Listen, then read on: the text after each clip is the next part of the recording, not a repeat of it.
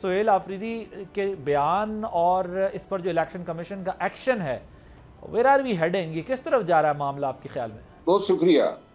मेरा ख्याल है कि सुहेल अफरीदी साहब ने फरवरी 8 के जो इलेक्शन हुए वो जो हुआ उसको मद्देनजर रखते हुए शायद ये अंदेशा जाहिर किया कि कहीं दोबारा जो हैं खसूसन जो उमर अयूब खान का हल्का है उसमें कोई जो है अफसरान के ज़रिए खसूसन इलेक्शन अमले के ज़रिए कोई रद्दबदल न किया जाए। तो उन्होंने जो है चूँकि एम्प्लॉइज़ जो हैं वो प्रोविंशियल गवर्नमेंट के होते हैं तो उन्होंने एक किस्म का वार्न किया है।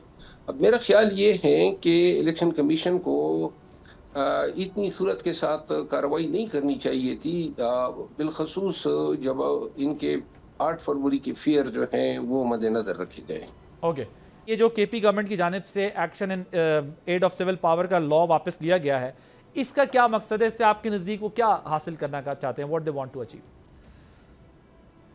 Basically action in aid of civil power जो है ये एक इम्यूनिटी देता है आर्म्ड फोर्सेस को फ्रॉम एनी कोलेटरल डैमेजेस।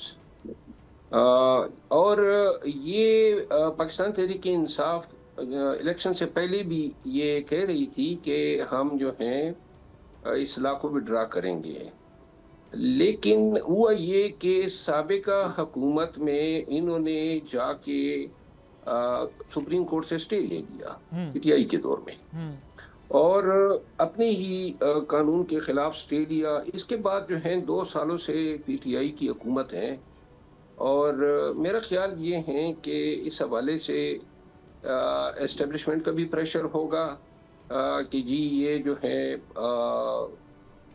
चूँकि सूबा जो हैं वो बदनामी का शिकार हैं और मेरा ख्याल है कि ये फैसला यकतरफा तौर पे नहीं होना चाहिए। वफाक को, एस्टेब्लिशमेंट को और सूबाई हुकूमत को इकट्ठे बैठ के इसका हल निकालना चाहिए ताकि बदमज़गियाँ पैदा ना हो।